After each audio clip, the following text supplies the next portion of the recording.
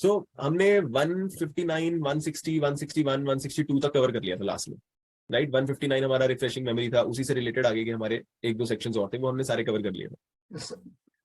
अब ये जो सेक्शन है वो उनसे रिलेटेड नहीं है। ये सेक्शन होना तो चाहिए था सेक्शन 66 के आसपास, 66 के आसपास होना चाहिए। अब यहां पे बात क्या हो रही है, अगर हम हेडिंग पढ़े 163 की, 163 164 को एक साथ पढ़ा जाता है, एंड ये दोनों ही इक्विटी के रूल्स हैं, फेयर ट्रायल के रूल्स हैं। एक तरह से आपके ऊपर एस्टॉपल सा लग जाता है इनके साथ जब हम 163 164 को पढ़ते हैं। सो 163 क्या कह रहा है, आज ज्यादा टाइम लगेगा नहीं हमें, ये लास्ट लास्ट के सेक्शन हैं, इन पे ज्यादा कोई जजमेंट्स वगैरह वाली बात भी नहीं है, बस फटाफट निकालेंगे इसे। 163 पे थोड़ा हमें टाइम लगना चाहिए शायद, और उसके बाद जल्दी से हो जाएगा पूरा 167 तक। सो 163 की अगर हम हेडिंग देखते हैं तो वो कहता है giving as evidence of document called for and produced on notice. अब यहां पे क्या हो रहा है कि आपको कॉल आउट किया गया है दूसरी पार्टी के द्वारा कि आपके पोजेशन में कोई डॉक्यूमेंट है, उसको आप एज एविडेंस फाइल पे लेके आओ। जब आप वो डॉक्यूमेंट फाइल पे लेके आते हो तो अगली पार्टी उसको इंस्पेक्ट करती है, उसे देखती है। जब एक बार वो उस चीज को देख लेती है तो उसके ऊपर एक बार लग जाता है, एक स्टॉपल लग जाता है कि अब वो ये मना नहीं कर सकती कि सर इसको फाइल से हटा दो, this should not be on the file, ये नहीं कह सकते। This is what 163 is saying.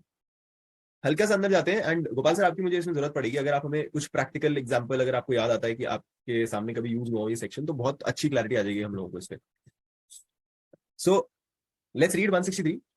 163 says when a party calls for a document, तो पहला एलिमेंट क्या हो गया, there is a party calling for a document,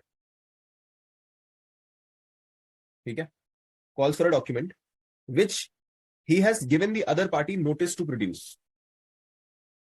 इस डॉक्यूमेंट के लिए आपने नोटिस टू प्रोड्यूस दिया है दूसरी पार्टी को, नोटिस टू प्रोड्यूस। ये नोटिस टू प्रोड्यूस कहां पे होता है, सेक्शन 66 में, 66 एविडेंस एक्ट। इसी के जैसा अगर मैं पूछूं तो एक और सेक्शन हमें सीपीसी में भी मिलता है, anybody who remembers? Sir order जो 11 है उसका रूल 14 यही कहता है। राइट, ऑर्डर 11, रूल 15 होना चाहिए सर। 14 है सर, प्रोडक्शन ऑफ डॉक्यूमेंट। मैं अभी वही सर्च कर रहा था। चलो ठीक है, ऑर्डर रूल, ऑर्डर वो 11 रूल 14 चौहान वो सर के। इंस्पेक्शन है, 15 इंस्पेक्शन है। हाँ मैं उसी की बात कर रहा हूँ, इंस्पेक्शन की। यहाँ पे इंस्पेक्शन के लिए बात हो रही है ना। वो प्रोडक्शन की 14। हाँ तो 14 15 16 तीनों पढ़ सकते हो आप साथ में। 14 से लेके 16 तक अगर ऑर्डर 11 के पढ़ोगे तो वो इंस्पेक्शन की बात करते हैं, मगर हल्का सा डिफरेंस है यहाँ पे। ये जो है ना ऑर्डर 60, सेक्शन 66, मोस्टली ये कहाँ पे यूज होता है, जब कोई ऐसा डॉक्यूमेंट है जो डॉक्यूमेंट दूसरे की पावर और पोजेशन में है, एंड आप उसे अपने एविडेंस में यूज करना चाहते हैं। आप उस डॉक्यूमेंट को बुला के अपनी तरफ से यूज करना चाहते हैं। जबकि ऑर्डर 11 रूल 14 क्या कहता है कि जो डॉक्यूमेंट्स प्लेंट के साथ लग के आए हैं, हम उनको इंस्पेक्ट करना चाहते हैं। वो वाली इंस्पेक्शन है जो हमें ऑर्डर 7 रूल 14 में अपनी प्लेंट के साथ डॉक्यूमेंट्स देने होते हैं। वो डॉक्यूमेंट्स हम देते हैं सारे, उसकी इंस्पेक्शन जब लगानी होती है वो ऑर्डर 11 की इंस्पेक्शन में लग जाती है। जब हमें किसी को बुलाना है कि ये डॉक्यूमेंट लेके आओ, हम इसे अपने एविडेंस की तरह यूज करना चाहते हैं, तो वो हम सेक्शन 163 में करते हैं। 66 का नोटिस देके बुलाते हैं, और फिर 163 के रूल के हिसाब से हम उसे एविडेंस की तरह यूज कर सकते हैं। दूसरी पार्टी इंसिस्ट करें तो हमें वो रिकॉर्ड पे रखना ही होगा, हम मना नहीं कर सकते। ठीक है, आगे बढ़ते हैं, धीरे धीरे इस पर और क्लैरिटी आ जाएगी। तो party calls for a document, when a party calls for a document which he has given the other party notice to produce and such document is produced. अब तीसरा स्टेप क्या है, जिस पार्टी को आपने कॉल किया कि ये डॉक्यूमेंट लेके आओ, प्रोड्यूस करो, उसने प्रोड्यूस कर दिया, प्रोड्यूस्ड। जब उसने प्रोड्यूस किया तो आपने इंस्पेक्ट भी कर लिया, you have inspected the document. अब आपने जैसे ही इसको इंस्पेक्ट कर लिया by the party calling for its production, आपने कॉल किया था ना, आपने उसको इंस्पेक्ट कर लिया, now he is bound to give it as evidence. कौन? The party calling. Now he is bound to give it as evidence if the party producing it requires him to do so। अब आप मना नहीं कर सकते, तो आप, fifth चीज क्या है, फिफ्थ एलिमेंट है, now you are bound to produce the document as evidence, right. एक एग्जाम्पल के हिसाब से देखते हैं। नाउ अगर मेरे पास ये एग्जाम्पल है, मैं कहता हूं मैं हूं ए, बी है मेरी बहन, ठीक है, और मेरी मदर की हो गई डेथ, उनके नाम पे फादर की सारी प्रॉपर्टीज वगैरह थी, ठीक है। अब मैं मुकदमा कर देता हूं कोर्ट में आके कि सर मेरी मदर की डेथ हुई थी, उनके पास बहुत सारी प्रॉपर्टीज थी, और उन्होंने ये विल की थी कि ये सारी प्रॉपर्टी में से 1/2 मेरा होना चाहिए, बाकी हाफ में से बाकी लोग बांटेंगे। मदर के जितने भी गहने जवाहरात थे वो मेरे होने चाहिए, जितना भी कैश बैंक में पड़ा था वो मेरा होना चाहिए, और साथ में घर पे खड़े हुए मूवेबल्स जो है वो भी मेरे होने चाहिए, क्योंकि मैंने उनकी हमेशा सेवा वगैरह करी है, इसलिए मेरा होना चाहिए। मैंने ये आके क्लेम किया कोर्ट के अंदर। कोर्ट कहती है, ऑब्वियसली कोर्ट बोलेगी ना कि भाई दिखाओ विल कहाँ पे है। विल मैं कहता हूँ कि सर ये एक्चुअली विल जो ओरिजिनल है ना वो मेरी बहन के पास है, वो मेरे पास नहीं है, किसी और के पोजेशन और पावर में है, मैं कैसे प्रोड्यूस करूं, राइट। अब कोर्ट कहती है कि भाई तुम इसको इस चीज के बेसिस पे अपना क्लेम बना रहे हो, आप इसको अपना एविडेंस बनाना चाहते हो, मगर आपके पास उसका ओरिजिनल है नहीं। अब क्या किया जाए? तो अब मैं यहां से सेक्शन 66 का नोटिस भेजूंगा अपनी बहन को, which is my opposite party, और नोटिस में लिखूंगा कि ये डॉक्यूमेंट जो है ये आपके पावर और पोजेशन में है, अगर आप इसको प्रोड्यूस कर दें तो कोर्ट के सामने क्लैरिटी आ जाएगी और सब कुछ सुलझ जाएगा, नहीं तो मैं सेकेंडरी एविडेंस प्रूव करने की कोशिश करूंगा, सेकेंडरी एविडेंस लेके आऊंगा कहीं ना कहीं से, राइट। अब सामने से जब नोटिस मिलता है तो मेरी बहन लाके इसको प्रोड्यूस कर देती है। जब वो प्रोड्यूस करती है तो पता चलता है कि विल में लिखा हुआ है कि 1/4 करके चारों भाई बहनों में बटेगा। विल इसके पास पड़ी है, उसमें 1/4 सबको लिखा हुआ है कि मूवेबल भी 1/4 बटेंगे, गहने जवाहरात भी 1/4 बटेंगे, इमूवेबल भी 1/4 बटेंगे। ये तो मेरा कट गया। मैं तो ये सोच के बैठा था कि विल में कुछ और लिखा है, भाई कहीं से आई थी मेरे पास इन्फॉर्मेशन, मगर इस विल में तो ये लिखा है, इन्होंने प्रोड्यूस कर दी विल। अब जब ये विल कोर्ट में आ चुकी है और मैं इस कोर्ट को इस विल को इंस्पेक्ट कर चुका हूं, इस डॉक्यूमेंट को इंस्पेक्ट कर चुका हूं, तो 163 के हिसाब से अब मैं कोर्ट को मना नहीं कर सकता कि सर इसको रिकॉर्ड से हटा दो प्लीज, मेरे ही कहने पे, क्योंकि वो रिकॉर्ड पे आई है। अब जब मैंने वो देख ली है तो उसके बाद मैं ये नहीं कह सकता कि इसको रिकॉर्ड पे मत लो, राइट। तो अब कोर्ट मुझे कहेगी कि भाई ये प्रोड्यूस हो चुकी है, अब आप इसको अपने एविडेंस में लगाओ, तो मुझे एविडेंस में लगाना पड़ेगा।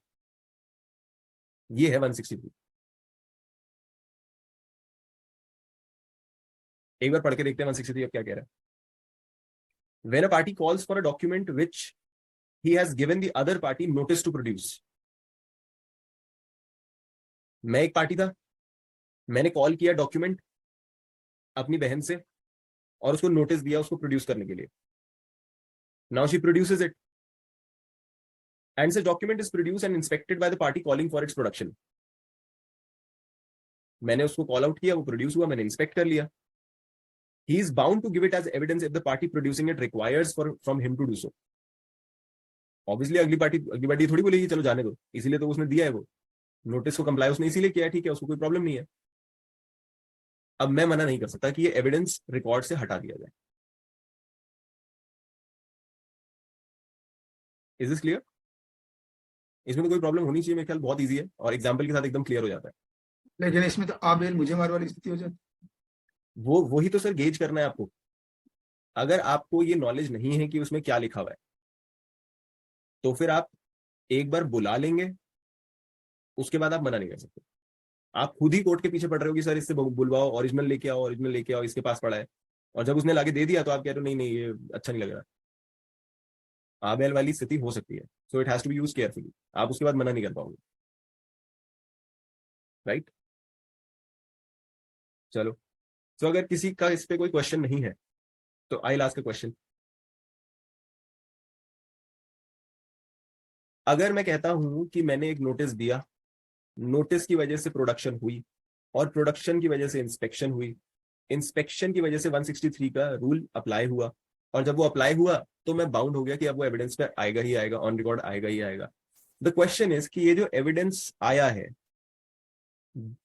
Does the party producing it has to prove it, और it is proved as soon as it is called for produced and inspected?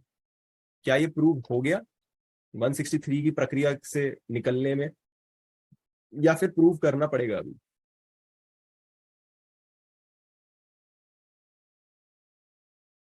Prove करना पड़ेगा सर।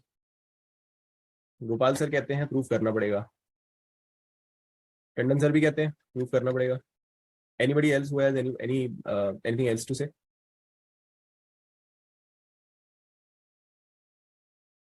नोबडी? प्रूव करना पड़ेगा सर।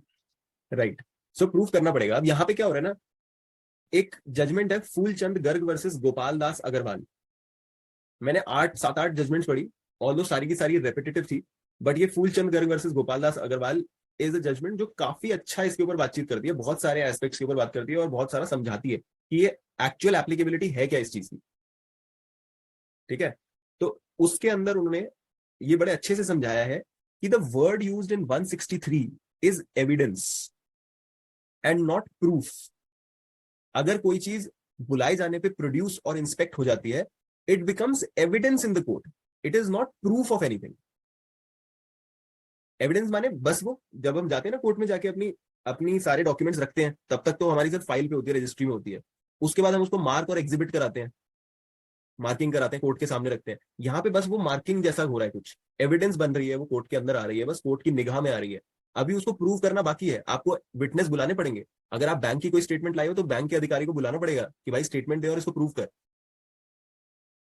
अगर कोई चीज ऐसी है जिसमें अलग से एडमिसिबल, उसको एडमिसिबल कराने के लिए कोई रिक्वायरमेंट होती है, तो आपको वो भी पूरी करनी पड़ेगी। फॉर एग्जाम्पल, अगर हम एग्जाम्पल लें, अगर मैंने जैसे ये विल का एग्जाम्पल लिया, ठीक है, और विल को मैंने कॉल करके अगली पार्टी से बुला लिया और अगली पार्टी ने प्रोड्यूस कर दिया, अकॉर्डिंग टू 163 ये विल एविडेंस बन चुकी है,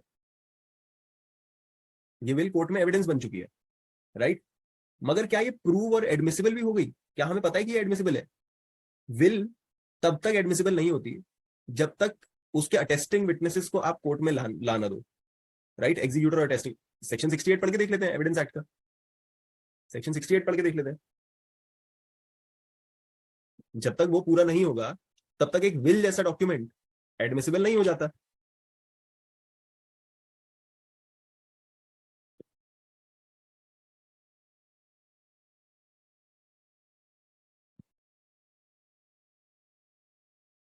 So 68 says proof of execution of document required by law to be attested. ऐसे डॉक्यूमेंट्स जिनके पीछे रिक्वायरमेंट है लॉ की कि इनको आप अटेस्ट करके लाओगे तब वो प्रूव माने जाएंगे, प्रूव्ड माने जाएंगे, उनको आप कैसे प्रूव करते हो? If a document is required by law to be attested, it shall not be used as evidence.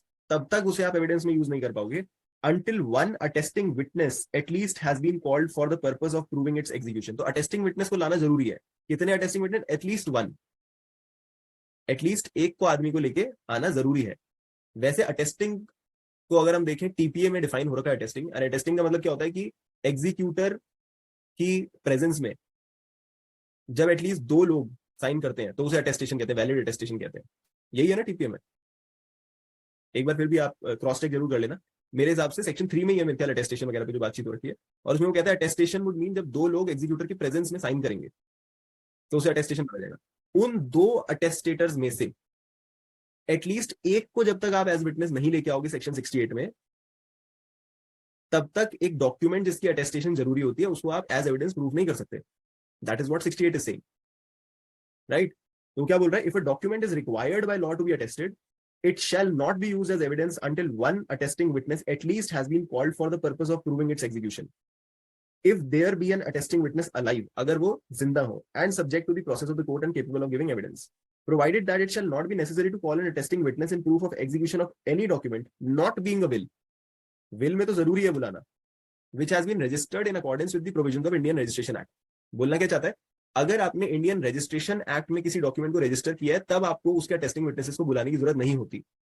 But this does not apply to wills. Wills चाहे रजिस्टर्ड ही क्यों ना हो, फिर भी आपको एक आदमी तो लेके आना ही पड़ता है, राइट। तो टेकिंग दैट एग्जाम्पल, विल वाला एग्जाम्पल, मैंने कॉल आउट किया कि ये विल लेके आओ, वो विल प्रोड्यूस हो गई, और जब प्रोड्यूस हुई तो मैंने इंस्पेक्ट भी कर लिया, और जब मैंने इंस्पेक्ट कर लिया तो 163 के हिसाब से उसे एविडेंस बन जाना चाहिए, कोर्ट में उसे एविडेंस बन जाना चाहिए।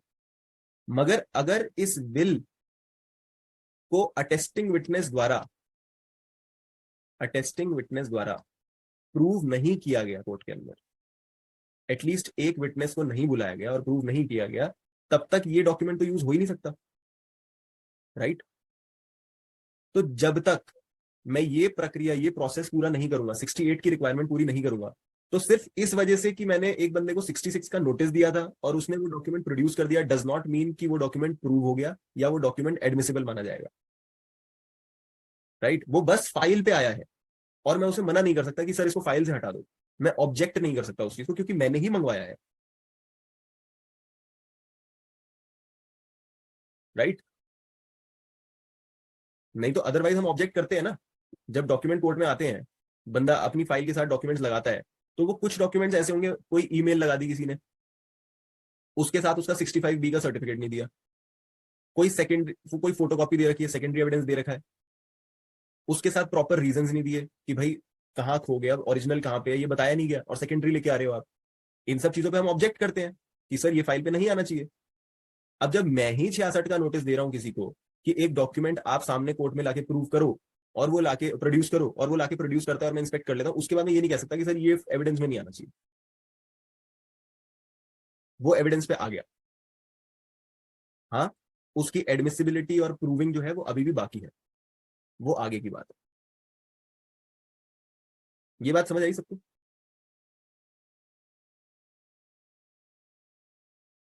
चलो ठीक है। तो बस ये ध्यान रखना है स्टेजेस में हमें ना। अब जैसे ये चीज हमें ध्यान रहनी चाहिए कि हम कोर्ट में आते हैं तो ऑर्डर 7 रूल 14 के हिसाब से हम सारे के सारे अपने डॉक्यूमेंट्स वगैरह साथ में लगाते हैं। वो सारे डॉक्यूमेंट्स जब हम लगाते हैं तो ये पहली एक स्टेज है, शुरू में यही होता है। तो उस पर अगली पार्टी ऑब्जेक्ट कर सकती है।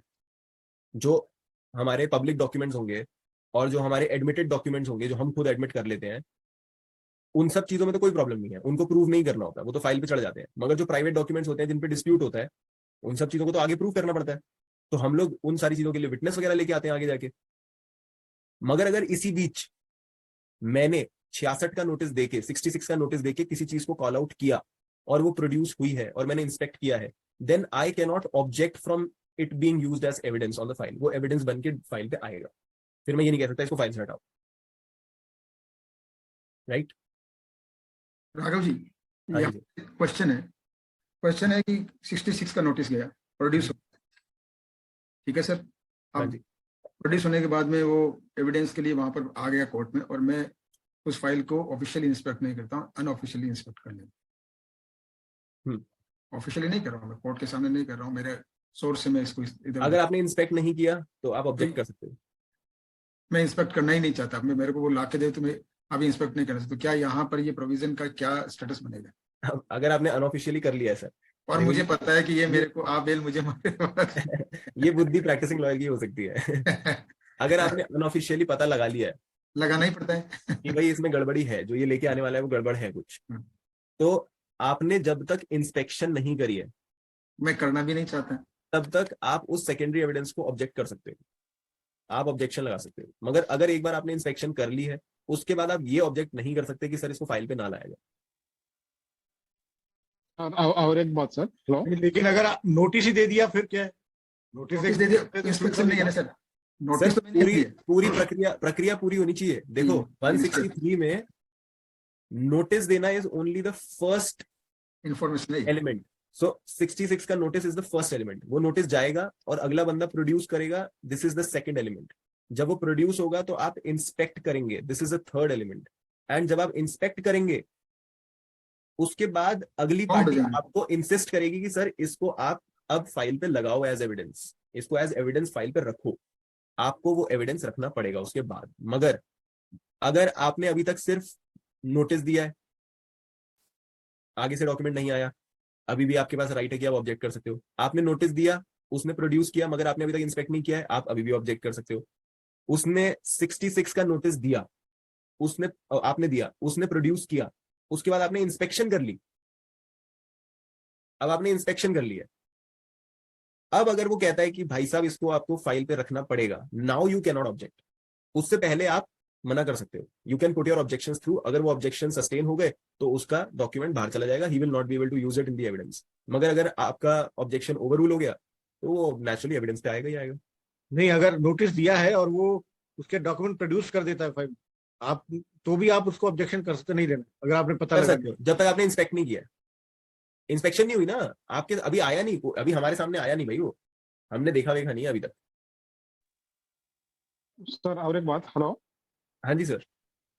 सर, एक केस में क्या हुआ, अपील के टाइम पे मेरा कहा आया, ये एडवोकेट ने दूसरा एडवोकेट को मैनेज करा ये डॉक्यूमेंट को फोर्जरी करके। ओके। वो क्या है, परपेचुअल इंजेक्शन का सूट डाला। हम्म। तो परपेचुअल इंजेक्शन का सूट डालने के बाद उन्होंने डॉक्यूमेंट को मंगाने के लिए एसआरओ बोलते हो, सब रजिस्टर ऑफिस को भी एक पार्टी बना के रिकॉर्ड मंगाया। तो वो रिकॉर्ड भी फैब्रिकेटेड का डॉक्यूमेंट के साथ वो आईए में लगा के भेज दिया सर। ओके। ये हमारा वकील ने उसको ऑब्जेक्शन नहीं बोला, उसको इसमें ऑर्डर आ गया और इसके बाद अपील में मेरा मेरा कहना आया sir, in this case what we have to do sir, then in the lower court they have proved as a fabricated document as the original document. Sub register officer they also have been because managed and brought a record which is a fabricated document. In this case ये police case भी कर सकते हैं ना sir इसका साथ? ना वो एक चीज, वो चलो फैब्रिकेशन पे you can do all that, मगर उससे पहले तो आपको इसी चीज के निपटना पड़ेगा। Gopal sir what do you से? सर ये फैक्ट्स पे डिपेंड करेगा किस टाइप का था, कितनी मेटरलिटी उसको इम्पेक्ट करती है उस केस पर। वो अगर सिंपल कोई ऐसा एक रजिस्ट्री है जिस तक बहुत ज्यादा आ रहा है केस पे, तब तो समझ में आता है। कोई और डॉक्यूमेंट है जैसे पावर ऑफ अटर्नी की रजिस्ट्री है या इस तरह के डॉक्यूमेंट है जिससे कोई इम्पेक्ट पड़ेगा नहीं, तो कोर्ट उसको इग्नोर भी करती है। अब किस टाइप फैक्ट्स क्या है पूरा समझने से पहले कुछ कहना मुश्किल। राइट। ठीक है प्रशांत सर, आप एक बार ये डालना ग्रुप पे, लेट्स सी ग्रुप में और Okay. डिस्कशन करते हैं इसके ऊपर, है ना? जरूर जरूर सर। ठीक है। चलो, सो ये पॉइंट हम लोगों को क्लियर हो गया कि एक बार आपने प्रोड्यूस करने के लिए बोल दिया और प्रोड्यूस और इंस्पेक्ट हो गया है तो आप मना नहीं कर सकते, मगर उसको प्रूव करना भी बाकी है। We have to understand the stages, right? उसको प्रूव करना बाकी है, डज नॉट मीन कि कोई चीज प्रूव हो चुकी है। ओके चलो, okay we are done with this then.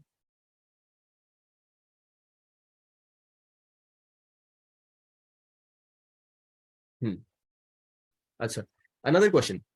Now, if I have called for a document, I call for it and it is produced. When it is produced, 163 के effect की वजह से now I am bound to put it on evidence, right? एक case आया जिसके अंदर बंदा कहता है कि सर आपने मेरे को बोला कि ये डॉक्यूमेंट प्रोड्यूस करो, मैंने डॉक्यूमेंट प्रोड्यूस कर दिया। 163 के हिसाब से you have to put it on evidence, right? 163 की अगर हम भाषा पढ़ें तो वो क्या बोलता है? Such document is produced and inspected by the party calling for it production, he is bound to give it as evidence. He is bound to give it as evidence माने वो एविडेंस की तरह उसको देगा, माने उसका एविडेंस हो गया, राइट? मैंने प्रोड्यूस किया, उसका एविडेंस हो गया। Now the other party wants to cross examine the producing party on the document so produced. Can he cross examine or can he not?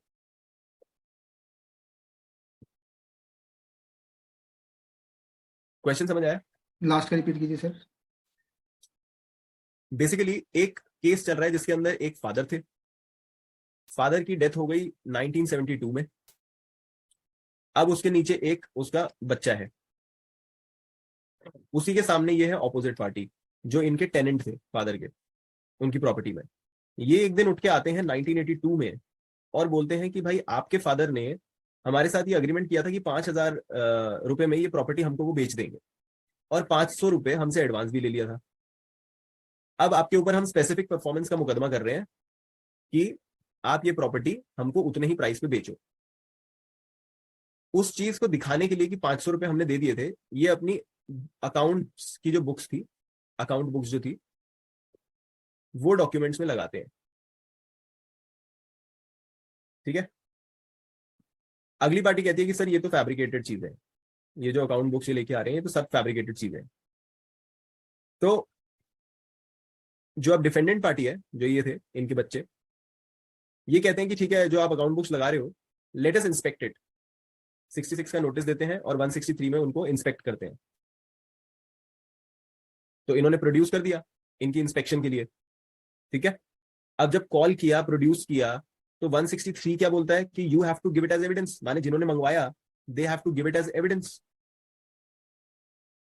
If you are giving something as evidence, that means it is your evidence. और अपने evidence पे आप हमें cross examine कैसे कर लोगे भाई? बात समझ आई कैसे घुमाने की कोशिश करी इन्होंने? बड़ी अच्छी चीज है ये। आपकी एविडेंस बन गई, वो आपकी एविडेंस पे आप भी कैसे कर लोगे? सॉरी, आपकी एविडेंस बन गई वो।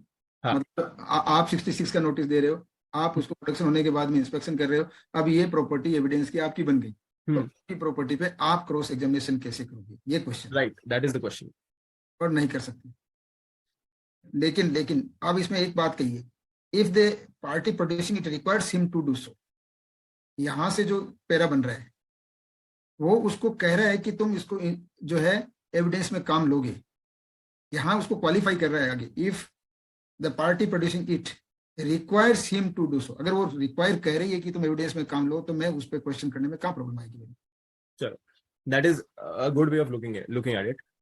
कोर्ट ने इसको कुछ इस तरह से बोला कि जब एक डॉक्यूमेंट प्रोड्यूस किया कॉल किया जाता है और वो प्रोड्यूस होता है, that document becomes the document और the evidence of both the parties.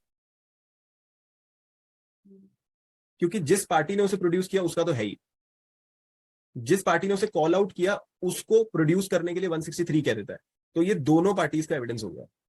And there is nothing stopping him from cross examining the other party. तो यहां पे क्रॉस एग्जामिनेशन हो सकती है,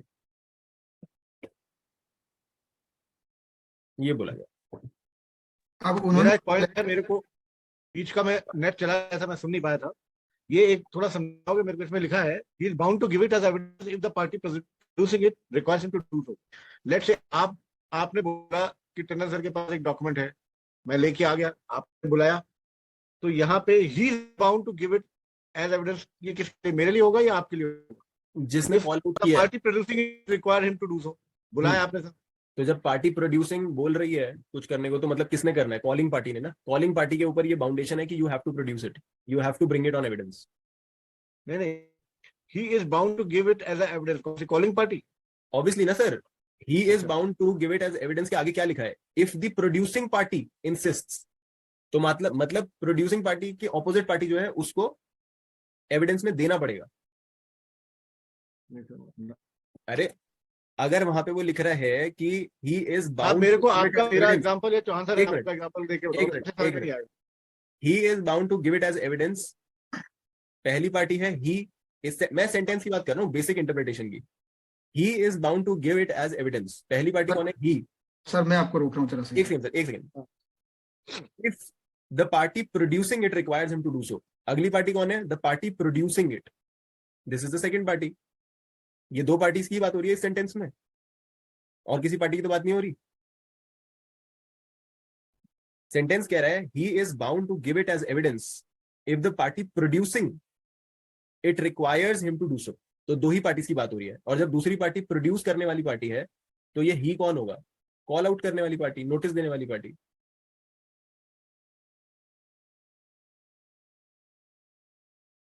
तो अगर मैं इसको एग्जाम्पल में डालना चाहूँ, वही एग्जांपल है सर जो आपने बताया था बिल वाला, उसी को बताओ, क्लियर हो जाएगा। मैं यही कह रहा था। हाँ, तो सर टंडन सर, अगर मैं एक पार्टी हूं और आप दूसरी पार्टी हो, Raghav and Tandon sir, and I call you under section 66 of evidence act to produce the will that are mother made, कि आप विल लेके आओ कोर्ट के अंदर, ओरिजिनल विल आपके पास पड़ी हुई है।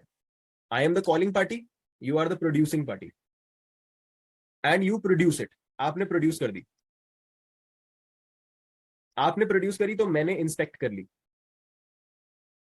Once you have produced it and I have inspected it, then I am bound, Raghav is bound to give it an evidence. फिर मैं मना नहीं कर सकता कि सर इसको एविडेंस में मत लगाओ, राइट? चलो, अब अगर हमें ये समझ आ गया है, तो हमें 164 अपने आप समझ आ गया ऑटोमेटिकली। क्योंकि 164 सिर्फ मिरर है इसका। यहां पे क्या हो रहा था कि मैंने बोला कि सर ये विल आपके कब्जे में है, आप प्रोड्यूस करो। एक चीज और, हाँ जी, ये बीच में मेरा इंटरनेट कनेक्शन चला गया था, क्रॉस एग्जामिनेशन की बात कर रहे थे, वो चौहान सर ने भी बताया था, बताओ वो क्या बोला आप? उसमें मैं आता हूँ, फिर से भी आता हूँ, पहले ही देख लो, फिर नहीं तो कनेक्शन टूट जाएगा, फ्लो टूट जाएगा। सो 164 क्या बोल रहा है, ऊपर वाले केस में क्या हो रहा था, एक आदमी कॉल आउट करता है, दूसरा आदमी उसकी कॉल पे यस जवाब देता है, पॉजिटिव जवाब देता है और प्रोड्यूस कर देता है। ठीक है, तो वो जब एक बार प्रोड्यूस हो जाती है और इंस्पेक्ट हो जाती है तो मैं उसको मना नहीं कर सकता एविडेंस में देने से। मगर 164 में क्या हो रहा है कि कॉल आउट किया जा रहा है और जवाब सामने से क्या आ रहा है कि नहीं दूंगा, नो। आप बोल देते हो मैं नहीं ला रहा बिल, अपने आप देख ले कहां से ला सकता है। ठीक है, जब आप एक बार मना कर दोगे तो मैं कहूंगा ठीक है भाई, मेरे पास कोई ऑप्शन नहीं है, मैं इसका सेकेंडरी एविडेंस ले आता हूं। मैं सेकेंडरी एविडेंस ढूंढ के ले आया, माने मैंने फोटोकॉपी लगा दी, राइट। अब जब मैं यहाँ पे सेकेंडरी एविडेंस लगा चुका हूं ना, फोटोकॉपी, और आप मना कर चुके हो ओरिजिनल देने से, मेरे फोटोकॉपी लगा देने के बाद आप नहीं आ सकते कि ओहो इसकी फोटोकॉपी में तो कुछ कमी है सर, इसकी फोटोकॉपी में तो कुछ गलती है, इसकी फोटोकॉपी में तो कुछ एरर है, ये तो एविडेंस पे आना ही नहीं चाहिए, मैं ओरिजिनल लेके आता हूँ, मेरे पास ओरिजिनल पड़ा है। तो कोर्ट कहेगी भाई जब तेरे से मंगवाया था ओरिजिनल तब तो तू लाया नहीं, तब तो तुम फायदा उठा रहे थे कि भाई अगले के पास डॉक्यूमेंट है नहीं, मेरे पास डॉक्यूमेंट है, जब तक ये प्रोड्यूस नहीं कर पाएगा तब तक कोई रिलीफ नहीं ले पाएगा, तब आप बदमाशी कर रहे थे। अब जब अगला सेकेंडरी एविडेंस लेके आया है, फोटोकॉपी दिखा रहा है, प्रूव कर रहा है, तब आप कह रहे हो नहीं मेरे पास तो ओरिजिनल पड़ा है, मैं ओरिजिनल दिखाता हूं। That can not happen, that is simply 164। Now 164 को रीड करते हैं। It says using as evidence of document production of which was refused on notice. ऊपर वाले में क्या था, it was produced on notice, यहां पे क्या है, रिफ्यूज्ड ऑन नोटिस।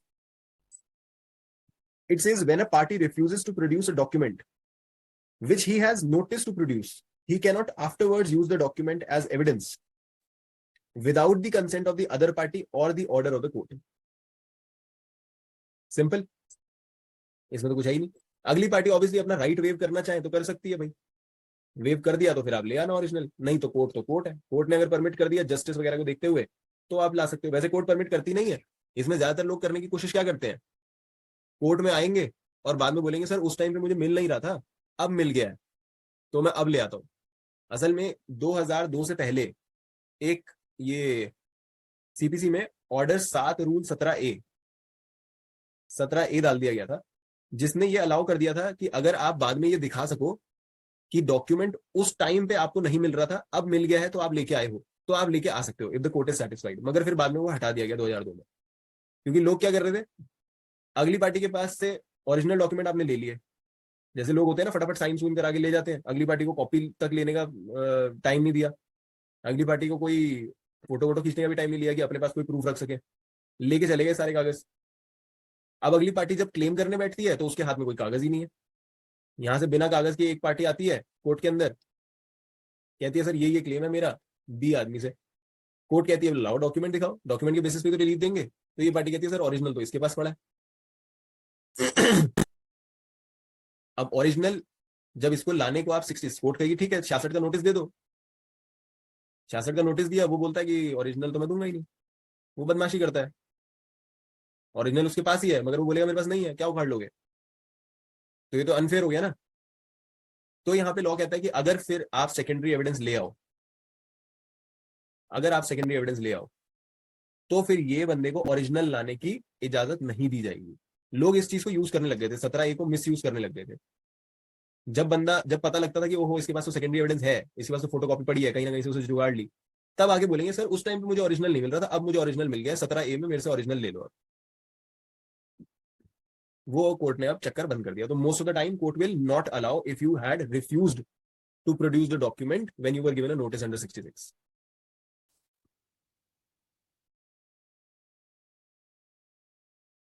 राइट, ये चीज भी समझ आती है। इसका एक एग्जाम्पल वो दिया करते थे ज्ञान sir, and that example was something like, I am not very sure about it, but मैं भी बैठा बैठा सोच रहा था तो एक एग्जाम्पल मैंने उस हिसाब से ही सोचा कि फॉर एग्जाम्पल मेरे पास कुछ LIC की पॉलिसी वाले आते हैं, LIC की पॉलिसी लेके आते हैं और मेरे से एक डॉक्यूमेंट पे सारी टर्म्स वगैरह जिसपे लिखी हुई है, इतना प्रीमियम दोगे, इतना प्रीमियम इतने दिन बाद मिलेगा, इतना इतना आपको वापस मिलेगा, इतना कवर होगा, ये सारी चीजें लेके आते हैं और मेरे से इसके ऊपर साइन करा लेते हैं। मैं साइन कर लेता हूँ, कर देता हूँ, राइट। अब मैंने इसकी कॉपी ली थी मगर वो कॉपी मुझे मिल नहीं रही, या मैंने कॉपी ली थी और हो गई, कुछ भी हो सकता है, ठीक है। अब बाद में मेरे को पता लगता है कि भाई मेरे को ये पॉलिसी करानी नहीं थी। मैं इनको बोलता हूँ सर कैंसिलेशन कर दो। जब तक उनका कोई नुकसान नहीं हुआ है मैं बोल देता हूँ सर मैं चार्जेस पे करने को तैयार हूँ, कैंसिल कर दो पॉलिसी, मेरा राइट है। कोर्ट में पहुंच जाता है मामला, कोर्ट में आके ये लोग बोलते हैं भाई उस पर कोई ऐसा कैंसिलेशन का टर्म ही नहीं है, आप कैंसिल कर ही नहीं सकते, एक बार आपने साइन कर दी तो कैंसिल नहीं कर सकते। मैं कहता हूँ नहीं सर, उसके ऊपर टर्म थी कैंसिलेशन की, बस कुछ चार्जेस पे करने हैं, 5-7 हजार रुपए हैं, मैं वो चार्जेस पे कर देता हूँ, मैंने 1 लाख रुपए आपको दिए थे, मुझे वापस दे दो। ये लोग बदमाशी करते हैं, ये लोग कहते हैं भाई इसके पास सेकेंडरी तो है ही नहीं, इसके पास फोटोकॉपी तो है ही नहीं, ओरिजिनल हमारे पास है, हम देंगे ही नहीं, कुछ नहीं कर सकता ये। तो अब ज्ञान सर वाले एग्जाम्पल में कुछ ऐसा ही था कि अब आप यहां से सेकेंडरी लेके आ जाते हो, उसकी फोटोकॉपी लेके आ जाते हो, और फोटोकॉपी के ऊपर जहां पे सम पेड था ना, सम पेड जहां पे लिखा हुआ था 1 लाख रुपए, आप उस 1 लाख के आगे 1 जीरो और लगा देते हो और उसे 10 लाख बना देते हो, और फिर उस फोटोकॉपी की फोटोकॉपी निकाल लेते हो। किसको पता सेकेंडरी फोटोकॉपी कितनी बार फोटोकॉपी हुई है, किसी को पता थोड़ी है। आपने सम को चेंज करके उसकी एक और फोटोकॉपी निकाल ली, और अब आप कोर्ट में आके कहते हो कि सर लो मुझे सेकेंडरी मिल गया है क्योंकि इन्होंने मेरा 66 का नोटिस रिफ्यूज कर दिया है, then I will prove it by secondary. और सेकेंडरी में आपने 10 लाख का अमाउंट देख डाल रखा है। अब ये लोग परेशान, ओरिजिनल तो ये लोग ला नहीं सकते। अब कोर्ट में आके ये बोलेंगे नहीं नहीं सर ओरिजिनल मिल गया, उसमें तो 1 ही लाख लिखा हुआ था, इसमें तो 10 लाख रुपए देने पड़ जाएंगे हमें। तो अब 164 आपके ऊपर बार लगा देता है कि you can not bring in original document because you had refused it when you were given a 66 notice. So it works something like that. Does everybody understand? Does everybody understand? Sir 163 जो है वो effect of production है और 164 effect of non production है, right? Correct sir, बिल्कुल सही। अगर आपने प्रोड्यूस कर दिया तो आपके ऊपर क्या बाउंडेशन है, और अगर नहीं किया तो क्या बाउंडेशन है। अगर प्रोड्यूस हो जाता क्रॉस है, एग्जामिनेशन वाला बताना जरा। अब वो बता रहा हूँ सर, आऊंगा मैं उसमें, भूला नहीं हूँ। सो 163 में दोनों में ही 2 पार्टियां हैं, एक पार्टी कॉल करने वाली पार्टी है, एक पार्टी प्रोड्यूस करने वाली पार्टी है, right. C for call and P for produce. 163 में एक पार्टी कॉल करती है, दूसरी पार्टी उसको प्रोड्यूस कर देती है। तो जब वो प्रोड्यूस कर देती है तो बाउंडेशन किसके ऊपर आ जाती है, कॉलिंग पार्टी के ऊपर बाउंडेशन आ जाती है कि जब आपने कॉल किया था तो अब इसको एविडेंस पे रखना पड़ेगा, now you can not refuse, आप ही ने उससे मंगवाया। और 164 में क्या हो रहा है, कॉलिंग पार्टी कॉल करती है, प्रोड्यूसिंग पार्टी रिफ्यूज कर देती है। तो रिफ्यूज कर देने पे बाउंडेशन किसके ऊपर लग जाती है, प्रोड्यूसिंग पार्टी जिसको कॉल आउट किया गया था उसके ऊपर बाउंडेशन लग जाती है कि now you can not bring original one. तो बस इतना चेंज होता है। तो हमें ध्यान बस इतना रखना है कि यहाँ पे कॉल और प्रोड्यूस सेम चल रहा है, बाउंडेशन इस बंदे के ऊपर लगती है जिसने एक्सेप्ट इंस्पेक्ट कर लिया, जिसके कॉल आउट करने में प्रोड्यूस हो गया। और 164 में बाउंडेशन उस पर लगती है जिसने रिफ्यूज किया था, और अब उसको ओरिजिनल लाने की इजाजत नहीं दी जाएगी। सर यहाँ एक फिर मेरा क्वेश्चन है। जी सर। सर अभी जो हमने देखा है वो 1 to 1 देखा है, एक प्लेंटिफर एक डिफेंडेंट है, जी जहां पर मल्टीपल जो प्लेंटिफर और मल्टीपल डिफेंडेंट है। जैसे कि मैं और टंडन साहब दोनों डिफेंडेंट है, आपने मांगा है मेरे से डॉक्यूमेंट मांगा है, आपको ये दे कि ये तो इनके पास है, रियल में वो डॉक्यूमेंट है टंडन साहब के पास। अब न तो मैं उसको रिप्लाई का जवाब दे पाया, आपने मुझे 66 का नोटिस दिया, नोटिस आ गया मेरे पास, लेकिन मैं न रिफ्यूज कर रहा हूँ न रिप्लाई कर रहा हूँ, ट्रीटेड एज रिफ्यूजल और नॉट रिफ्यूजल, पहला क्वेश्चन। दूसरा क्वेश्चन, रिफ्यूजल नहीं है तो डॉक्यूमेंट तो टंडन साहब के पास है, टंडन साहब पेश नहीं कर। फिर अगर ऐसी आप, सिचुएशन, हाँ अगर आप एक पार्टी हो, ठीक है, सॉरी मैं एक पार्टी हूँ और यहाँ पे गोपाल सर खड़े हैं और यहाँ पे टंडन सर खड़े हैं, राइट। जी, और मैं कहता हूं कि मुझे लगता है कि ये डॉक्यूमेंट आपके पास है, ठीक है, जो भी विल वगैरह लानी है वो मुझे लगता है आपके पास पड़ी हुई है, और मैं 66 का नोटिस आपको दे देता हूँ। भाई जब आपके पास नहीं है तो आप तो मना कर दोगे, यू विल रिफ्यूज हो गया, आप बोलोगे भाई मेरे पास नहीं है, राजेश सर के पास है, उनसे मांगो। तो वंस यू हैव रिफ्यूज्ड, बस आपके ऊपर ये बाउंडेशन होगी कि बाद में अगर आपके हाथ में आ भी गया तो you can not bring it on record, आपके ऊपर बाउंडेशन लग गई। अब मैं क्या करूंगा, मैं वहां 66 का नोटिस दे दूंगा राजेश सर को। अब राजेश सर अगर एक्सेप्ट कर लेते हैं तो मेरे ऊपर 163 लग जाएगा, और अगर रिफ्यूज कर देते हैं तो उनके ऊपर 164 लग जाएगा, बस तो सर ये बेटर नहीं होगा कि पहले ही मेरे पास जो डिफेंडेंट 5 डिफेंडेंट है, मैं पांचों को 66 का एक साथ नोटिस दे दूं? ये भी अगर सर आपको नहीं पता किसके पास है, तो बेस्ट वे तो वही है ना कि आई शुड गो फॉर 5। हाँ तो सबको दे दो। अब डिपेंड करता है उनके रीजंस क्या होंगे। कोई आदमी बोलेगा कि अगले के पास है, कोई आदमी बोलेगा मुझे पता ही नहीं किसके पास है। बस जिस भी तरह से वो रिफ्यूज करेंगे, अगर वो रिफ्यूज करेंगे and if they are not giving that document, then they will not be allowed to give it afterwards. Okay, that's it. लेकिन कंसेप्ट क्लियर है इसके, ये है कि आपकी इफेक्ट प्रोडक्शन पे क्या है, नॉन प्रोडक्शन पे क्या है, बेसिकली इसका यही। राइट। अब एक बार सेक्शन 164 की इलस्ट्रेशन पढ़ लेते हैं। It says A sues B on an agreement. A ने मुकदमा कर दिया बी के ऊपर, किस चीज को लेके? ऑन एन अग्रीमेंट, इनके बीच में कोई अग्रीमेंट हुआ था। And gives B notice to produce it. ये अग्रीमेंट ए के पास नहीं है, तो इसलिए वो बी को 66 का नोटिस देता है कि भाई ये अग्रीमेंट प्रोड्यूस करो, कोर्ट के सामने लेके आओ, कोर्ट इसके ऊपर नतीजा देगी, अपना डिसीजन देगी। At the trial A calls for the document and B refuses to produce it. B ने रिफ्यूज कर दिया। कौन सा सेक्शन लगेगा बी के ऊपर? 164। रिफ्यूजल पे 164 लग जाता है। और उसका मतलब क्या होगा कि अब अगर बी ओरिजिनल लाने की कोशिश करेगा तो उसको नहीं लाने दिया जाएगा। Right. A give secondary evidence of its contents. A कहता है ठीक है भाई तू नहीं दे रहा तो मैं इसका सेकेंडरी एविडेंस ले आता हूँ। वो फोटोकॉपी ले आया, फोटोकॉपी ले आया, या कोई बंदा ले आया जिसने उस एग्रीमेंट को रीड किया था। 63(5) में ला सकता है ना। 63(5) में you can bring someone who had read the contents, और वो ओरली जो चीज बताएगा उसे सेकेंडरी एविडेंस माना जाएगा, वैलिड सेकेंडरी एविडेंस। इन दोनों में से अगर वो कोई भी काम कर रहा है, seeks to produce the document, give secondary evidence of the document. अब B seeks to produce the document itself to contradict the secondary evidence given by A in order to show that the agreement was not stamped. अब B एकदम से जाग जाता है कि oh shit, इसके पास तो बंदा है प्रूव करने के लिए, या इसके पास तो फोटोकॉपी है, और ये जो फोटोकॉपी लेके आ रहा है वो फोटोकॉपी में कुछ छेड़छाड़ करके आया है। That photocopy is not of the original. उसके ऊपर तो स्टैम्प भी नहीं है, हमने तो अग्रीमेंट अपना रजिस्टर और स्टैम्प भी करवाया था। ये कुछ और लेके आया है, इसमें तो चेंज ही कर दिया गेम। अब आप ला नहीं सकते ओरिजिनल। अब you will be board from bringing original. एक तरह से कर्मा वाला खेल हो रहा है बिल्कुल इसमें, आपका नुकसान होगा। फिर आप पहले नहीं दे रहे थे, तो अब वो अगर गड़बड़ चीज भी लेके आ गया ना, तो भी आप सामने से ओरिजिनल चीज नहीं ला पाओगे, ये दिखाने के लिए कि सर उसमें तो कुछ गड़बड़ी है ना। पहले आपको चांस दी थी, तब आपको ले आना चाहिए था। Now you can not bring anything to contradict. Right. हाँ, इसमें भी ये चीज जरूर अप्लाई करेगी कि सिर्फ आपके रिफ्यूज कर देने की वजह से और उसके सेकेंडरी ले आने की वजह से डज नॉट मीन कि उसका सेकेंडरी प्रूव हो गया। He is only allowed to bring secondary evidence and then he can bring on people to prove it or bring about any other evidence to prove it. Prove अभी भी उसे करना पड़ेगा, burden of proof change नहीं हो जाता।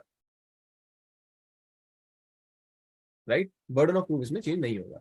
So he cannot do so, he cannot contradict। ये होगा। This is 164।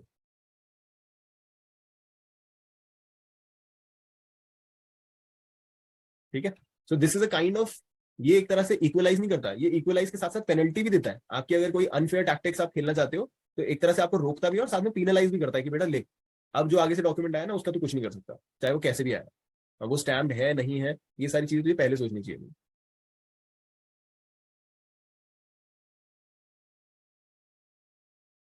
ठीक है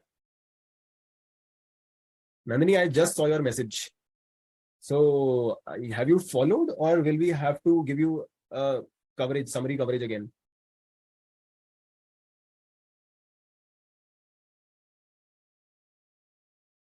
Sir, I understood, but it's only pertaining to the numbers. So, chalo, making a lot of effort to learn, but unable to do it. So please tell in English, sir, the sections, whatever you mentioned, no? Otherwise, I get confused. Yeah, I'll do that. No problem. एक बार at the end of the session, I will tell it with English numbers also. फिर भी अगर आप अभी recording देखने जाएंगे तो 164, wherever I'm saying 164, it is 164, and 163 is 163. That is where you might be confused. चलो, so I hope 163, 164 is clear for everybody. Does anybody have any questions here?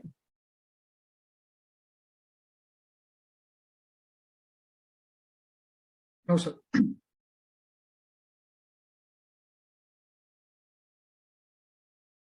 चलो, so राजेश सर, आप क्रॉस एग्जामिनेशन का पूछ रहे थे, एक बार मैं वो रिपीट कर रहा हूँ।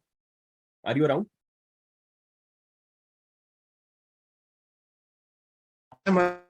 अराउंड सुनाई कुछ नहीं दे, इतनी जोर की बारिश हो रही है। चलो फिर आप, चलो मैं बाद में समझा दूंगा आपको, कोई बात नहीं, या तो रिकॉर्डिंग में आप समझ लेना, चलो आप बोल दो, क्या पता सुनाई दे जाए। मैं कॉल पे समझा दूंगा, ऐसे समझ नहीं आएगा, हमारे यहाँ भी बहुत तेज बारिश हो रही है, आई कैन चलो अंडरस्टैंड। ठीक है, ठीक है, ठीक है, ठीक है। ठीक है, so now we have come to section 165।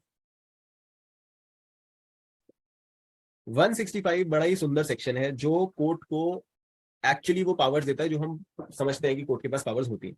Court कुछ भी कर सकती है, जज कुछ भी कर सकता है। कोर्ट में बैठा हुआ जज, he has all the powers to ask question, to examine a person, to ask someone to produce anything. वो रेलेवेंट इररेलेवेंट क्वेश्चन सब कुछ पूछ सकता है। This power has been given so that a जज can effectively regulate a court room. वो ये देख सके कि अगर किसी विटनेस की एग्जामिनेशन हो रही है तो वो प्रॉपर तरह से हो रही है या नहीं हो रही है, मटेरियल क्वेश्चंस पूछे जा रहे हैं या नहीं पूछे जा रहे हैं, एडवोकेट्स अपनी लिमिट्स के अंदर है या नहीं है, कहीं वो 149 150 वाले काम तो नहीं कर रहे जो हमें एविडेंस एक्ट 149 150 151 में दे रखे हैं, वो तो नहीं कर रहे, लीडिंग क्वेश्चंस तो नहीं पूछ रहे, कुछ गलत नहीं होना चाहिए। कोई ऐसा आदमी, कोई ऐसा एडवोकेट है जो सही से अपने क्वेश्चंस को फ्रेम ना कर पा रहा हो, तो कोर्ट बीच में घुस के इंटरफेयर कर सकती है और they can mend the questions, they can ask better questions, they can ask questions with more clarity, right? अगर कोर्ट को ऐसा लगता है there is somebody else in the court who can explain things better, so the court can ask the advocate to keep quiet and they can ask the other person to speak. हो सकता है there is a divorce proceeding going on and the person wants to know from the dadi, the grandmother, or he wants to know from uncle कि बताइए इनके बीच का relation कैसा, he can ask that question. He can also ask any question like how much do you earn, how much do you not earn, कुछ भी पूछ सकता है, relevant irrelevant कुछ भी, and that power is given in 165. Read करेंगे समझ आ जाएगा, इसमें ज्यादा कुछ है ही नहीं. So 165 says the judge may, in order to discover or to obtain proper proof of relevant facts. So proper proof of relevant facts, जो facts हम कोर्ट के सामने लाते हैं उन्हें हमें प्रूव करना होता है. हो सकता है कि वो सारी चीजें हम विटनेसेस के थ्रू प्रॉपर्ली प्रूव ना कर पा रहे हो सकता है वो विटनेसेस की कमी हो या हमारी कमी हो एज एडवोकेट. तो जज हैज द पावर कि वो इंटरवीन करें, इंटरफेयर करें और विटनेस को सही क्वेश्चंस पूछ सके. जनरली जब एडवोकेट क्वेश्चन पूछ रहा होता है, जज does not interfere, but if the advocate is very incompetent, he cannot ask proper questions और हिज क्वेश्चंस और हिज लैंग्वेज और the way of speaking witnesses cannot understand, then जज इंटरफेयर और वो सही क्वेश्चंस पूछता है. ज्यादातर हमारे पूछ लेने के बाद ही पूछते हैं, बीच में घुसते नहीं है ऐसे. ठीक है. सो द जज में इन ऑर्डर टू डिस्कवर और obtain proper proof of relevant facts, ताकि प्रॉपरली सब कुछ प्रूव हो जाए, आस्क एनी क्वेश्चन ही प्लीजेस. कोई भी क्वेश्चन पूछ सकता है in any form, he can ask it in any form. वो आपसे ओरली भी पूछ सकता है, रिटन में लिखने को भी बोल सकता है अगर वो प्रोविजन दिया गया है, या किसी भी तरह से घुमा के किसी भी शब्दावली में पूछ सकता है. In any form at any time of any witness, किसी भी विटनेस से. It could be anybody standing in the court room और of the parties about any fact relevant और irrelevant. This is very important. इसमें कई बार question, जब जैसे examination वाले जो बच्चे हैं, क्वेश्चन इसमें कई बार ज्यादातर क्या बनता है कि एक तो इसका ऑब्जेक्ट क्या है. So the object is to discover और obtain proper proof of relevant facts. और दूसरी चीज, can he ask relevant as well as irrelevant question और can he ask only relevant. He can also ask irrelevant questions, whereas जो advocates होते हैं, जो parties होती हैं, they will only stick to relevant things, right. So यहाँ पे irrelevant question भी पूछ सकता है. And may order the production of any document और thing. So this is a supplementary power. हमने पीछे भी देखा है कि डॉक्यूमेंट्स को प्रोड्यूस करने के लिए और भी हमारे पास सेक्शंस हैं, विटनेसेस को प्रोड्यूस कराने के लिए और भी सेक्शंस हैं, but this is one section which widens the scope and tells the court कि you have all the powers to do everything in the world that you want to do. बाकी सारी powers के derogation में नहीं है, हर चीज के addition में है. फॉर एग्जाम्पल अगर हम देखें सेक्शन 91, अगर हम सेक्शन 91 ऑफ सीआरपीसी देखें तो वहां पे भी कोर्ट के पास पावर है, they can order production, right. इसी तरह अगर हम सेक्शन 311 ऑफ सीआरपीसी देखें तो वहां पे भी कोर्ट किसी भी विटनेस को बुला सकती है, उससे बातचीत कर सकती है. तो वहां पे स्पेसिफिक पावर्स हैं. ये सारा 165 के अंदर ही सब कुछ कंसोलिडेट कर दिया जाता है, हर चीज एक साथ मिल जाती है जज को. ठीक है. So he may order the production of any document और thing and neither the parties nor the agent shall be entitled to make any objections to any such questions or orders, nor without the leave of the court to cross-examine any witness upon any answer given in reply to any such question. So you cannot object कि sir इसको क्यों बुला रहे हो, party तो मैं हूं ना. I will tell whom I want to cross-examine, whom I don't want to cross-examine, whom I want to examine, whom I don't want to examine, whom I want to bring on to record. Court is not bound by that. हो सकता है you are keeping those people away who can bring the true facts onto the file. The court has power in 165 कि they can call that person, summon that person कि इस बंदे को बुला के लाओ, ये he must know कि इस केस में क्या हो रहा है, इस केस में ट्रूथ क्या है. So he is not bound by the list of witnesses you are making or the list of documents you are making. Court can go beyond that under section 165 and you cannot object. आप object नहीं कर सकते. मगर आप object कब कर सकते हो? जब आपका प्रिविलेज हो. प्रिविलेज जितने दे रखे हैं हमने 121 से लेके 132 तक प्रिविलेजेस पढ़े थे, 131 तक. वो प्रिविलेजेस को कोर्ट भी वो नहीं कर सकती. उन प्रिविलेजेस को कोर्ट भी तोड़ नहीं सकती. Court cannot penetrate through them, court cannot violate your privileges. बाकी सारी चीजों में court can ask anything, court can ask you to produce anything and you cannot object. Okay, so it says and to any such question or order nor without the leave of the court to cross examine any witness. Now when the court is asking any question and you want to cross examine the person, can you cross examine or you cannot? Yes or no?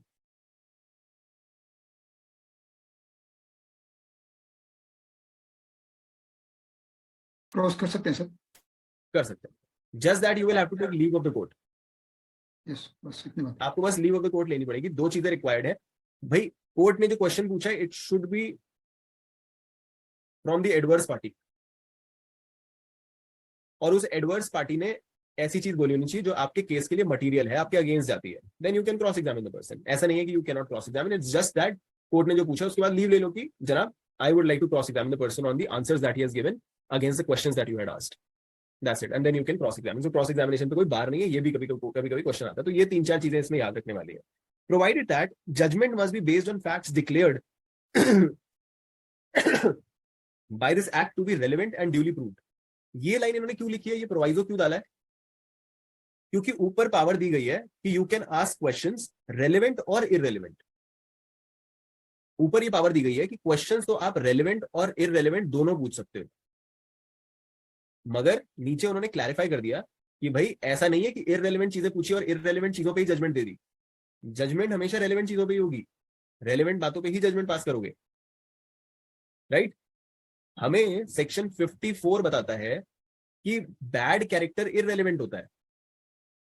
Certain cases में bad character is irrelevant. ये हमें section 54 बताता है evidence act का.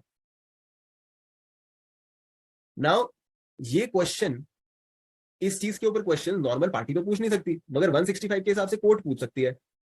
अगर court को लगता है कि ऐसा पूछना जरूरी है, being within the bounds, the four walls of law, and law presume करता है कि कोर्ट ठीक से ही करेगी. कोर्ट इतने दिमाग वाले लोग लिए जाते हैं कि they will ask questions which are relevant and they will ask irrelevant questions only when they are necessary. अगर उन्होंने ऐसी necessary situation में irrelevant facts पूछे भी हैं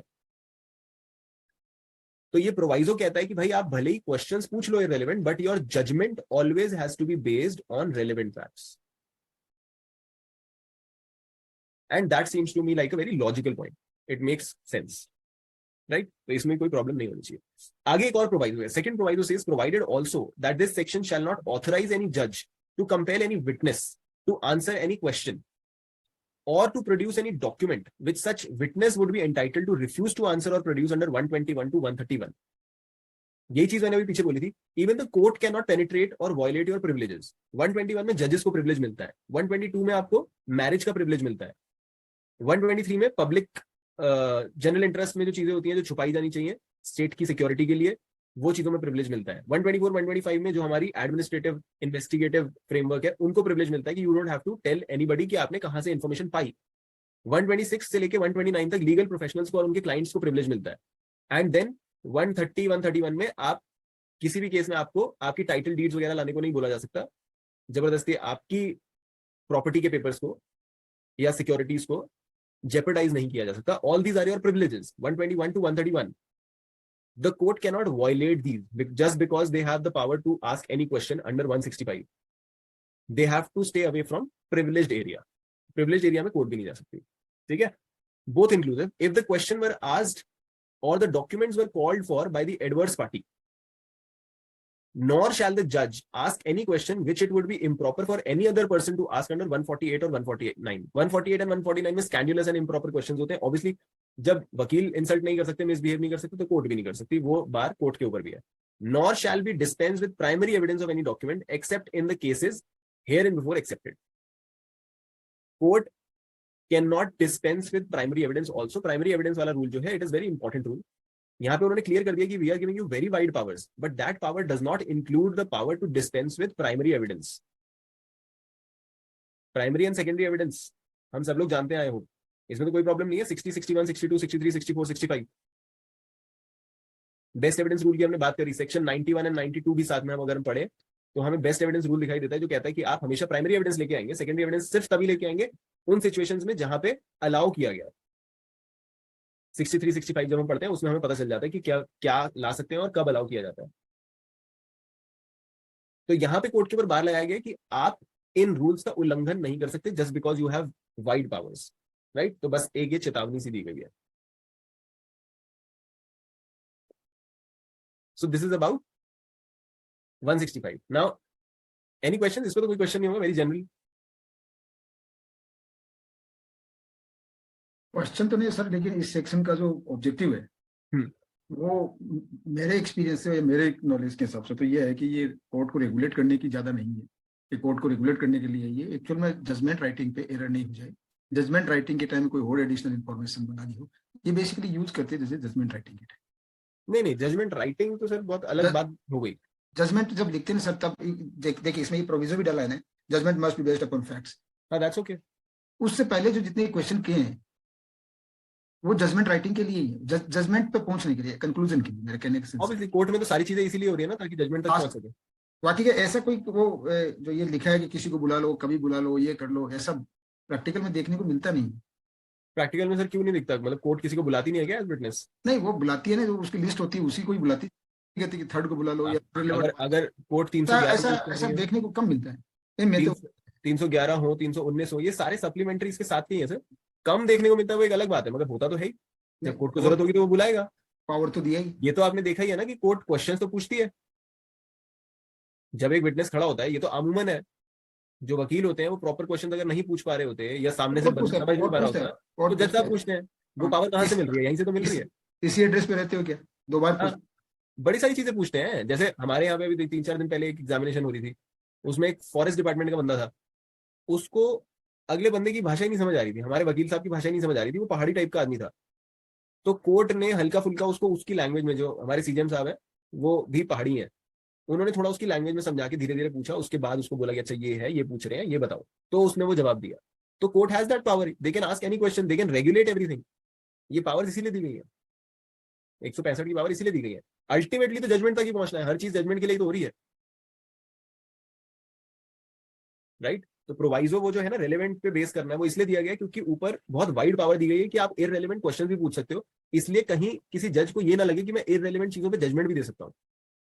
जजमेंट रेलेवेंट चीजों पे होनी चाहिए और लॉ के हिसाब से होनी चाहिए। क्वेश्चन आप जो मर्जी पूछते हो, that is the meaning of 165। ठीक है। अच्छा, now my question is, what is the limit of questions that a court can ask? Is there a limit?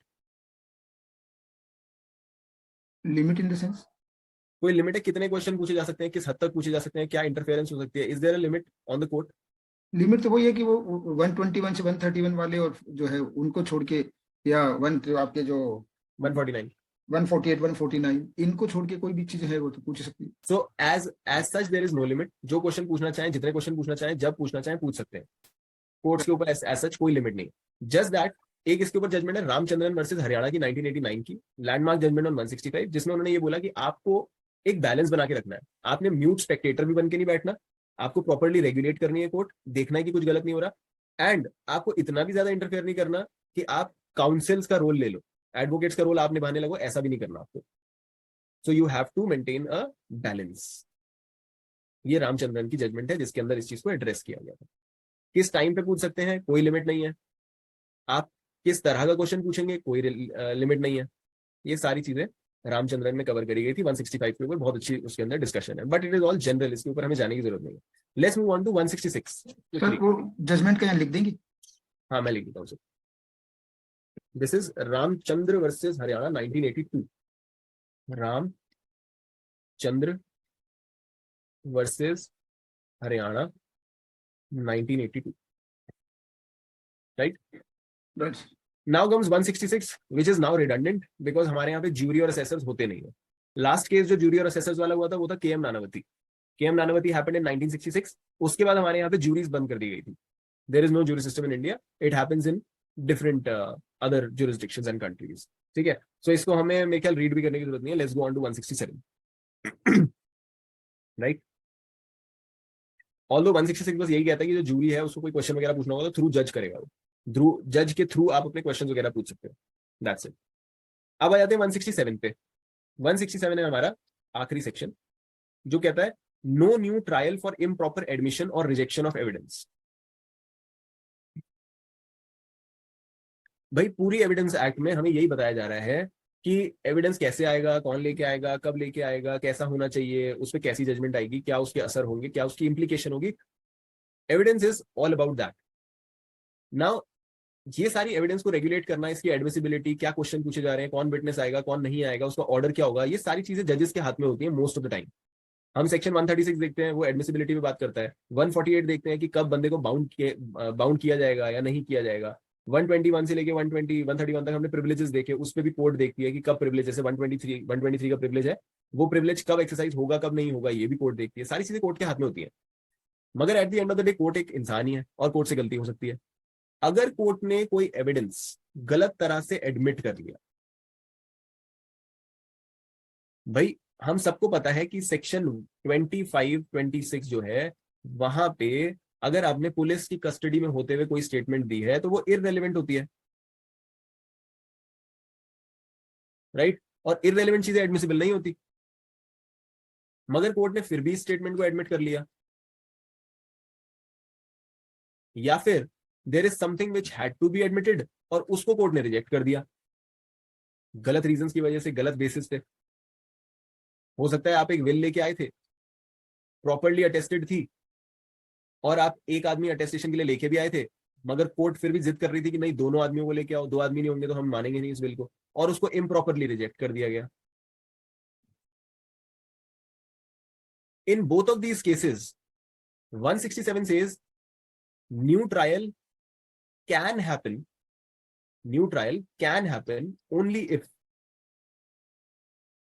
only if such improper admission or rejection could ultimately affect the fate of the case. अगर हम इस admission और इस rejection को file से हटा दें और फिर भी उस फाइल पे कोई असर नहीं पड़ता,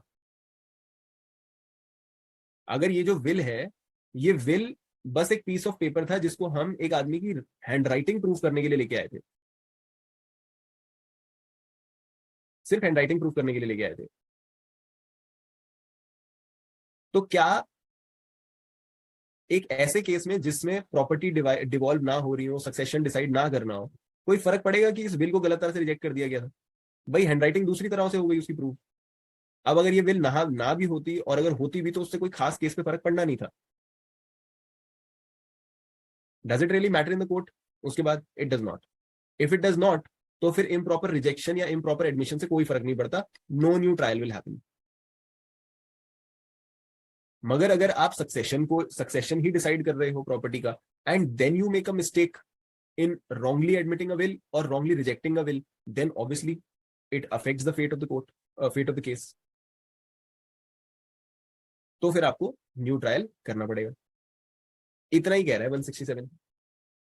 एक बार रीड कर लेते हैं. It says that the improper admission or rejection of evidence shall not be a ground of itself. वो कह रहा है सिर्फ इतने की वजह से, merely because there was improper admission or rejection, there will be no new trial.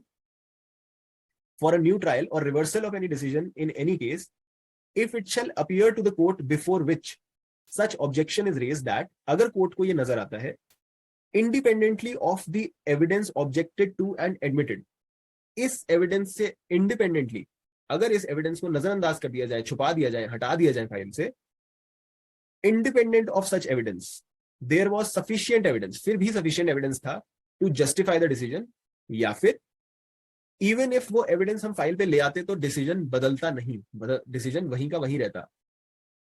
जब तक ऐसा नहीं दिखाई देता तब तक आपको न्यू ट्रायल करने की जरूरत नहीं. राइट. तो ये आंसर उस बात का करता है जिसमें टंडन साहब ने आज अभी पूछा था, हैंड राइटिंग ओवर राइटिंग की बात. उसको कहीं ना कहीं ये कुछ हद तक क्लियर करते हैं? हैंड राइटिंग और ओवर राइटिंग वाली बात सर यही है कि अगर कोई देखिए उस पर इफेक्ट नहीं आ रहा जजमेंट पे, मान लो उन्होंने एक्सेप्ट किया है, अगर वो डॉक्यूमेंट की बात कर रहे हैं, एज वाली बात कर रहे हैं, ठीक है, और उसमें बंदे की एज दे रखी है 16 ईयर्स, उसके ऊपर ओवर राइटिंग करके इसे 18 किया गया है, उसकी एज बढ़ा के दिखाना चाह रहे हैं वो, राइट। अब इस ओवर राइटिंग वाले डॉक्यूमेंट को अगर आपने मान लिया कि हाँ ये सही डॉक्यूमेंट है, तो आप 18 के हिसाब से बंदे को देखोगे, और अगर बंदा 18 का है तो वो जेजे में नहीं जाएगा, उसको आईपीसी के हिसाब से जेल ले जाया जाएगा और आईपीसी के हिसाब से सजा मिलेगी। तो ये तो एक मटीरियल पीस ऑफ एविडेंस हो गया। अगर बाद में जाके पता चलता है कि इस एविडेंस को इस डॉक्यूमेंट को गलत तरह से एडमिट किया गया था, तो फिर तो न्यू ट्रायल का बेसिस बन जाएगा। सर बात यहाँ पर है कि ऑफेंस तो हुआ है, अब वो तो ये कहेंगे कि इसमें ऑफेंस तो हुआ ही है और हम तो ऑफेंस के हिसाब से इसको जजमेंट कर रहे हो, तो अब रही बात नहीं, आप ऑफेंस के हिसाब से करो, आप ऑफेंस के हिसाब से करो, मगर आगे जाके मैं क्या कह रहा हूँ, अगर ये ऑब्जेक्शन होता है कि सर देखिए, ऊपर वाली कोर्ट में गए, उन्होंने बोला कि सर देखो 16 यहाँ लिखा हुआ था, बाद में ओवर राइटिंग करके ऐसे 18 बनाया गया, नहीं तो ऐसा टेढ़ा सा 8 तो कोई नहीं लिखता नॉर्मली, दिखाई देता है। 16-18 बोलिए। हाँ 16 and 18, 16 था, it was 16 and the person has overwritten on it and made a weird kind of 8. You are telling the higher court कि sir the lower court has made a grave mistake by admitting this document as the basis of ascertaining the age of the person, and because of that the person has been treated not as per JJ Act but as per IPC, और उसको फिर ज्यादा सजा मिल रही है और गलत तरह मतलब जो ट्रीटमेंट नहीं होना चाहिए उसके साथ वो ट्रीटमेंट हो रहा है। अगर ये दिखाई दे जाता है तब नया ट्रायल या रीट्रायल हो सकता है, जजमेंट बदली जा सकती है, रिमांड करी जा सकती है और फिर नया ट्रायल करने को बोला जा सकता है। ठीक है, डिनोवो ट्रायल हो सकता है ना, सेक्शन 386 ऑफ सीआरपीसी, अपील में कोर्ट डिनोवो ट्रायल करने के लिए भी बोल सकती है, राइट। मगर अब 167 को कैसे अप्लाई किया जा सकता है भाई? अगर मैं कहता हूं कि सर देखो इस क्या बोलते हैं, इस डॉक्यूमेंट में इसकी एज असल में तो 19 लिखी हुई थी, मगर बाद में इसको ऐसे करके 8 बनाया गया है और 18 कर दिया गया है, और आपने फिर भी इस डॉक्यूमेंट को मान लिया उसकी एज के लिए, तो भाई जज कहेगा कि भाई वो चाहे 18 का हो चाहे 19 का हो, बात तो एक ही है तो मेजर ही, तो इससे फर्क क्या पड़ा? Doesn't matter. अगर वो एडमिट हो गया तो भी डजेंट मैटर, रिजेक्ट हो गया तो भी डजेंट मैटर, उसकी एज तो 18 ही आ रही है, चाहे आप 18 ले लो चाहे 19 ले लो, आएगा तो फिर भी सेम ही केस ना, सेम ही लॉ में आएगा, सेम तरह से पनिश होगा। So it will not matter. 167 यही बोलता है। सर 167 को अभी सीआरपीसी के 460 इरेगुलर प्रोसीडिंग्स के साथ में लिंक किया जा सकता है क्या? 167 को 460 के साथ नहीं, 460 में तो सर स्पेसिफिक चीजें दे रखी हैं। अगर उन स्पेसिफिक चीजों में से कुछ होता है, 460 तो वो बात करता है जब इरेगुलरिटीज डज नॉट अफेक्ट। 461 में जाओ, वहां पे बताता है कि when the irregularities does affect. तो डायरेक्ट इंपैक्ट, डायरेक्ट नहीं है, बस वहां पे जो स्पेसिफिक चीजें लिखी हुई हैं कि कॉग्निजेंस कौन सी कोर्ट लेगी और इन्वेस्टिगेशन करने के लिए कौन वारंट भेजेगा या सर्च वारंट कौन निकाल सकता है, या जैसे आपकी जो ये पोस्टल अथॉरिटीज होती हैं उनको सर्च वारंट कौन दे सकता है, अगर ऐसी चीजों में वो प्रोसीजरल है और यहाँ एविडेंस की बात। हाँ, वो अगर उन स्पेसिफिक चीजों में आपने कुछ गड़बड़ करी है तो आप 460 में चले जाओगे और आपका विशिएट हो सकता है आपका ट्रायल। मगर यहाँ पे अलग चीज हो रही है, यहाँ पे एविडेंस किस तरह से लिया गया या रिजेक्ट किया गया उस चीज पे बात हो रही है। राइट। अगर उस रिजेक्शन या एडमिशन से केस का रुख बदल जाता है तो उसको फिर आपको वापस फिर से करना पड़ेगा, गलत तरह से अगर आपने किया था। अगर नहीं बदलता तो यू कैन गो ऑन। तो most of the statutes that we see, जैसे अगर आप सीआरपीसी देखोगे तो उसमें 362, अगर आप सीपीसी देखोगे तो उसमें 152 और 53, सब में ये बात करी जाती है कि छोटी मोटी क्लरिकल मिस्टेक्स, जिन मिस्टेक्स की वजह से केस का रुख नहीं बदलता, केस की डायरेक्शन नहीं बदलती, उसकी वजह से, उन ऑब्जेक्शंस की वजह से आप पूरी की पूरी प्रक्रिया फिर से दोहराओ, that is not prudent, that is not what law wants. तो यहाँ पे टाइम सेविंग करी गई है, बस ये एक चेतावनी दी गई है कि छोटी मोटी चीजें, इररेलेवेंट चीजें, जिन चीजों से फर्क नहीं पड़ता ट्रायल के ऊपर, उनकी वजह से आप पूरी की पूरी चीज फिर से नहीं करोगे। That's it. ठीक है, एनी क्वेश्चंस ऑन दिस?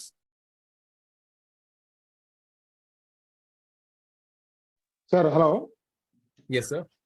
अभी बोलो ना सर, अभी जो गलत काम से अपील को जा रहा और जो प्रोसीजर फॉलो हो रहा वो गलत करने से आईपी की सी की तरफ से एफआईआर लॉन्च करने के लिए आप बोला क्रिमिनल कंप्लेंट दर्ज करने के लिए। अभी इसमें क्या होता है, एक कोर्ट ऑर्डर है बोल के वो लोग फॉल्स वो डॉक्यूमेंट को फैब्रिकेटेड करे तो भी वो एफआईआर दर्ज नहीं होता सर। फिर एक कोर्ट ऑर्डर है, इसमें तो हम सिविल कोर्ट का ऑर्डर है, हम तो इसको ऑर्डर दे दिया, वो वही गलत को सही मान के ऑर्डर दे दिया। ये सर दे मुझे दिया। आपकी पूरे फैक्ट समझने पड़ेंगे, या तो आप इसको व्हाट्सएप पे, otherwise we will connect on call, है ना। पूरी चीज पता होगी, then we will be better able to discuss it. Okay okay okay sir, है ना, ठीक है।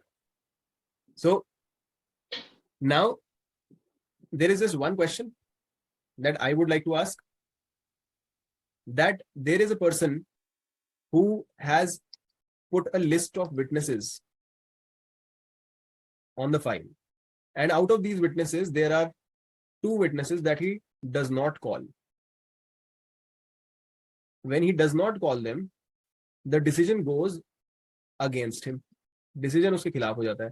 Now he comes and objects कि सर लिस्ट ऑफ विटनेसेस में 6 लोग थे, 4 लोगों की एग्जामिनेशन हुई, आपने फिर भी डिसीजन दे दिया, तो ये डिसीजन गलत है and there should be a de novo trial. Does this case deserve a de novo trial? Is that possible?